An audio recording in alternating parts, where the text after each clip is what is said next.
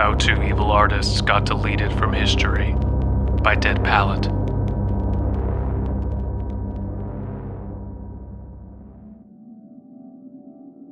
The world of fine art often confuses outsiders and regularly deals in taboo subjects. The pretentiousness of art galleries and museums has given the public at large the impression that there is no merit to fine art.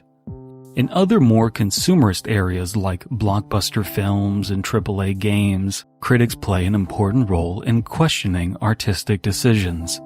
A common issue in the world of fine art is that critics don't want to be seen as not getting it.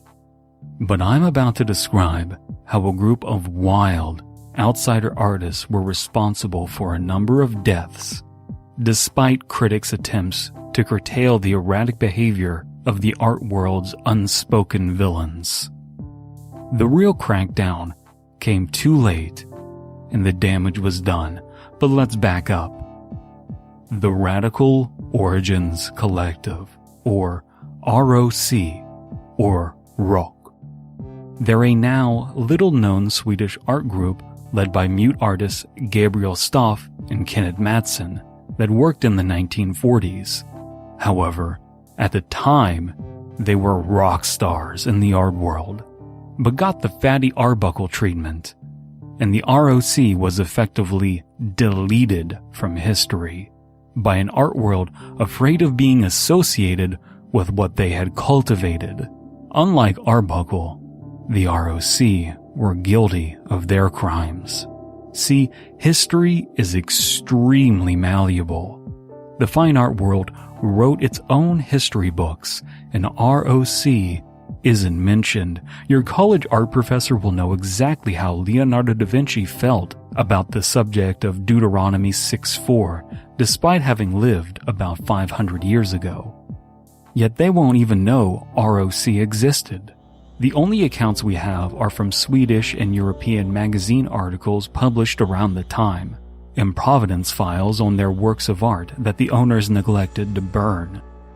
All known artworks by them have been trashed, despite having been appraised to be worth a lot of payola at the time.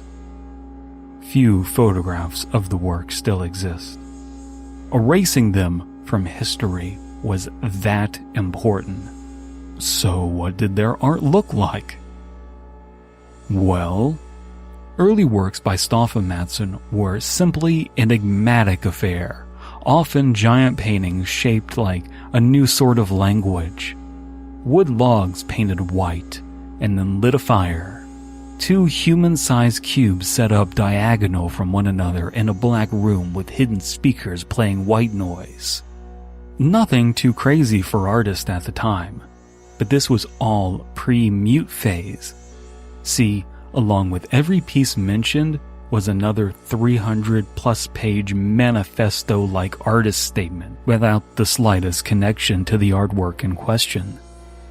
According to second-hand accounts, these were long tirades, political in nature.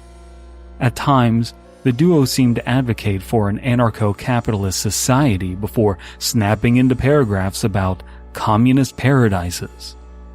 The only consistent aspect of the statements were about language and originality. Stoff and Mattsson mourned the death of creativity and wanted to separate themselves from an art world that they felt was full of plagiarism. Okay. But then we get to the disgusting part of the history. The mute phase. Actually, that's not true. We have to discuss where the mute phase came from. The allegations. Both Stoff and Mattsson were accused of forcing themselves on a young woman while on a nature retreat. The account was published in all of its agonizing details in the January 1944 issue of Konst Nu, a monthly fine art magazine. The details include the name of the woman and evidence that this wasn't a one-time thing. Other women and men had suffered in silence. This was something ROC did often. so they were cancelled right then and there, right? Far from it. This is when ROC entered the mute phase. They stopped using any form of communication. No nodding yes or no, no writing in traditional languages, no signing or anything. In the art world, so entranced by this turn of events, ignored the accuser at best, and in some cases called her a liar looking for attention. She was herself an artist, so discarding a no name to protect the ROC was a no-brainer. Jealousy. She was labeled jealous. ROC began a new project that became known as the Aka Exodus. Little did those that name it realize how apt that name was. Stoff and Matson would arrive in various art studios and galleries to meet people friendly to their unconventional art. They wore brown, bag-like suits and grabbed like-minded people by their wrist, dragging them to a van, sometimes with considerable resistance from those being taken. Sure, sometimes the person being taken was willing, oftentimes they were. But let's be clear, these were kidnappings. Even if the victims consented after the fact, of course, speaking was forbidden, so consent didn't even enter the equation, at least in the eyes of Stoff and Matson. The two recruited 36 artists from across Europe to create a compound at the base of the Aka mountain. Said compound was rhombus-shaped, had no windows or plumbing, and was constructed out of a reddish-brown concrete-like material. Construction took 14 months. At the end of those months, the era of mute ROC everyone has now forgotten about truly began. Every piece of ROC art for the next 2 years was made out of handmade materials. Everything from the paintbrushes they used, which were original designs hidden away from the public eye, to the paper, the paint, the clay, all of it was crafted the way a mad genius would if they were sent back 1,000 years in time. What's more is that the art made in that time period was so detached from reality that it's virtually indescribable, even so, unexhibitable. The reputation the ROC developed as the bad boys of the modern art world was turned into genuine hate. Literally, no gallery would take a single piece of their art.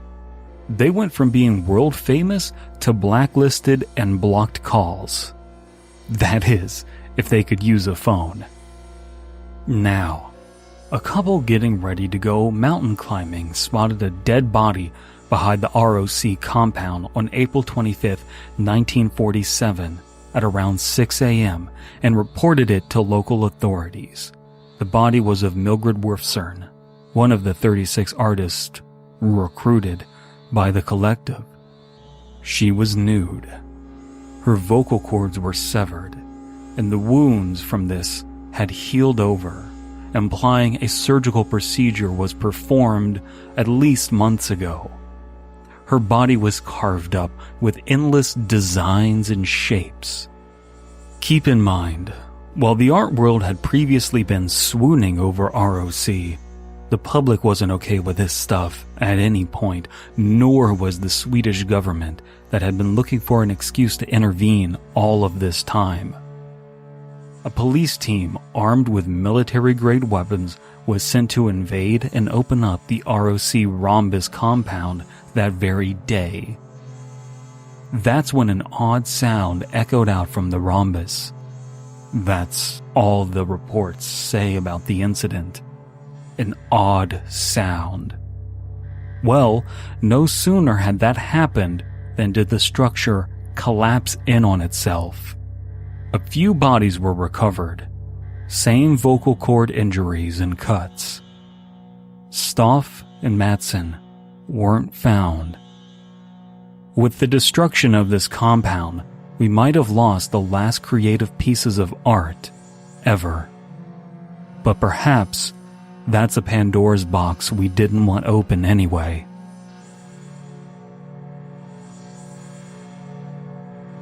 How Two Evil Artists Got Deleted from History was written and narrated by Dead Palette. Editing, mastering, and original music by Abysme. Comprehensive links below. YouTube.com/Creepypasta is a collaborative channel. Please subscribe if you want to follow our content. If you want to support the channel, please consider liking, commenting, and sharing this video with like-minded members of the community.